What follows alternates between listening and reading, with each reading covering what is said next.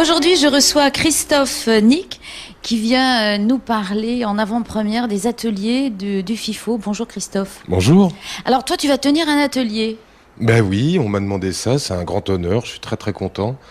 Donc il s'agit de faire un atelier d'études sur l'écriture du documentaire. Comment est-ce qu'on écrit un documentaire? Comment un documentaire se construit?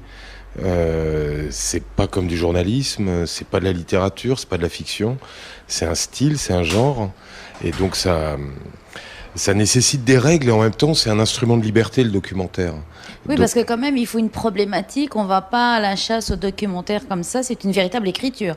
C'est une écriture, c'est d'abord une histoire, on raconte une histoire, mais c'est aussi un point de vue, le documentaire. C'est quelque chose il y a toujours un angle d'attaque quand même. Oui, mais en même temps un point de vue d'auteur, c'est-à-dire que c'est très affirmé, c'est un regard sur le monde, un regard sur la société, sur les hommes. Le documentaire, il a forcément un peu de colère en lui. Oui, parce que sinon il n'y aurait pas d'histoire. Oui, et puis voilà, c'est pas fade le documentaire, ça dénonce, ça montre. Parce que toi, tu en as réalisé pas mal quand même. Ouais. Alors on pourrait donner pour nos auditeurs qui découvrent. Alors, j'ai fait beaucoup de séries depuis le début des années 2000 sur les grandes zones de fracture de la société française. Donc, on avait fait d'abord une grosse série de 4 films qui s'appelait Chronique de la violence ordinaire, qui essayait on a tourné pendant 3 ans dans une petite agglomération au nord de Paris qui s'appelait Creil, pour essayer de comprendre, tout bêtement, le rapport qu'il peut y avoir entre le fait qu'une femme sur 10 est battue et qu'en bas, il y a 10 petits cons qui font chier tout le monde. Oui. Quel est le rapport ? Comment on en est arrivé là ? Voilà. Qu'est-ce qui se passe ? Donc c'est une interrogation et puis du coup on reste pendant 3 ans, on filme des histoires, on voit comment elles se développent, mais tout ça est une tentative d'analyser, de montrer où sont les vrais problèmes. Parce que sur 3 ans par exemple, est-ce que tu avais écrit tout sur 3 ans, mais ou alors au fur et à mesure, tu es venu parce qu'il y a plusieurs épisodes. Et oui, c'est ça la question, c'est le point de départ, c'est de se poser cette question. Quel rapport y a-t-il entre ces violences intrafamiliales et puis cette petite délinquance qui embête tout le monde? Alors, on pose la problématique, on n'a pas la réponse. Mais est-ce qu'on a déjà une idée? On a l'idée de créer un dispositif. C'est-à-dire que ça sert à rien de partir partout dans toute la France. On se dit que pour l'observer, il faut un lieu unique. Pour déterminer ce lieu, il faut qu'il ait plusieurs ingrédients. Donc, on a plein de villes possibles. On a choisi celle-ci parce qu'elle avait... C'est un peu d'ethnologie. Tu fais figure d'ethnologue, là. Oui, sociologue et en même temps psychologue. Enfin, on touche à énormément de matières. Mais on trouve donc un endroit et on doit créer un dispositif. Donc, l'idée était de se faire ouvrir tous les lieux où un phénomène de violence puisse apparaître. Que ce soit les urgences à l'hôpital, le tribunal, la police, mais aussi les collèges, la NPE, Pôle emploi maintenant. Tous ces lieux-là, avec tous les métiers de contact, on s'était dit on va observer des histoires arriver. Et on va voir au fil du temps comment elles se développent. Alors évidemment, quand on prépare ça, on se donne des canevas. C'est-à-dire, je voulais raconter l'histoire d'une cité. Je voulais raconter les problématiques d'adolescence. Je voulais raconter la violence sexuelle, qui est absolument terrible, et qui est encore tabou. Ah, complètement. Et donc, c'est des choses qu'on voulait observer. On s'est lancé et je voulais aussi comprendre l'articulation entre ces petits business, ces petits arrangements entre gens et comment au fil du temps ça peut déclencher des phénomènes souterrains, etc. Donc voilà, c'est un énorme travail. On a filmé pendant 3 ans. Et tu savais que ça allait durer autant ? Non, honnêtement non. Mais c'est vrai que... C'est la richesse de ce qu'il y avait à filmer, de ce qu'il y avait à dire qui a fait que ça a duré 3 ans. Oui, et puis nous, de comprendre ce qu'on voyait. Oui, parce que tu viens avec ton idée, puis après, quand tu es immergé dans la cité, peut-être que tu as changé d'opinion sur certaines choses. Forcément. Et ça fait aussi partie de l'écriture. C'est-à-dire qu'il faut savoir à un moment s'effacer devant une réalité, essayer de la comprendre, et donc changer complètement ses principes, tourner autrement, filmer autrement, poser les histoires autrement. Voilà. Et puis il y a un moment, on a plusieurs temps, le temps de l'écriture, le temps de filmer, et puis le temps de monter, qui est vraiment l'écriture proprement dite. C'est-à-dire on avait 800 heures de films, et il fallait en faire 4 films. Donc bonjour les dérochages. Ah oui, c'est monstrueux, c'est du travail de dingue. Mais c'est passionnant, parce que d'abord le résultat fait que ça marque les gens. Ils se souviennent de cette collection, à l'époque, c'était donc il y a près de 10 ans.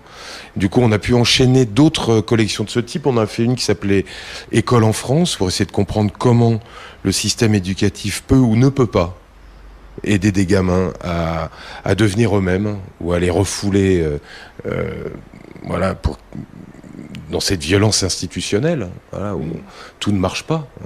On a fait une troisième qui était passée il y a 2 ans et qui a reçu le prix Albert Londres, qui s'appelait La mise à mort du travail, qui essayait de comprendre les dysfonctionnements dans les entreprises aujourd'hui, les nouvelles organisations du travail, le harcèlement au travail, la violence entre les gens. Mes thématiques sont très proches des problèmes de violence. Voilà, et tu mets chaque fois le doigt là où ça fait mal, mais tu n'es pas là pour apporter des réponses. Non. C'est pour des éclaircissements, c'est pour étaler une certaine vérité. Montrer une complexité montrer que les préjugés, ça ne marche pas.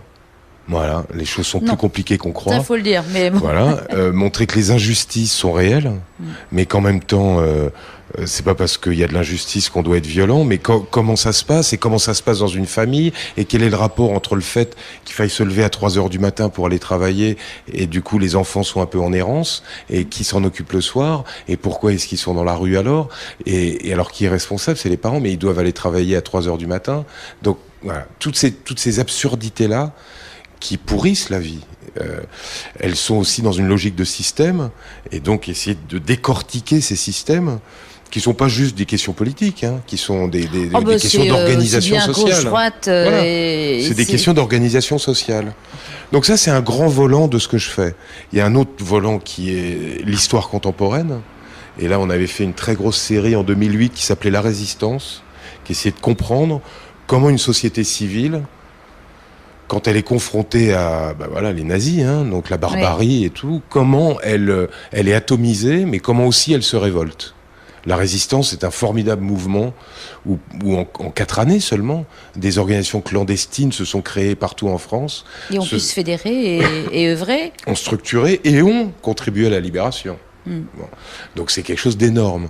Donc voilà. Et puis on fait aussi des grandes enquêtes très politico-économiques, avec Pierre Péan, qui est mon vieil ami.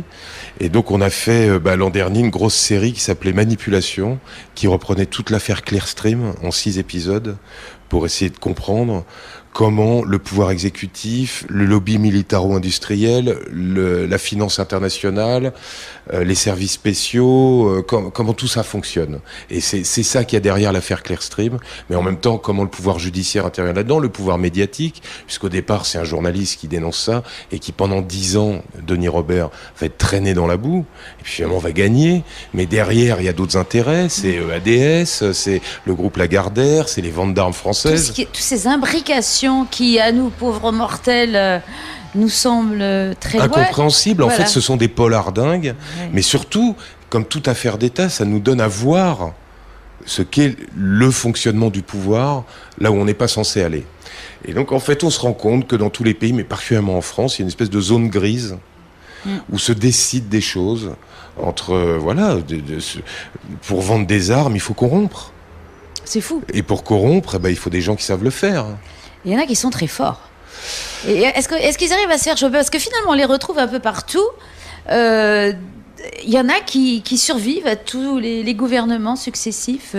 On retrouve toujours les monsieur machin, monsieur truc. On va pas donner de nom. Hein. Non, mais si, on peut en parler. Je veux dire, l'affaire Karachi, c'est 11 morts quand même. Oui. Voilà. Donc, qu'est-ce qu'il y a derrière ? On découvre que derrière, est-ce que c'est ça ou pas qui est la cause véritable ? On le saura peut-être jamais, de ces 11 morts, de cet attentat à Karachi. Mais enfin, c'est des ventes d'armes, c'est des ventes de sous-marins au Pakistan.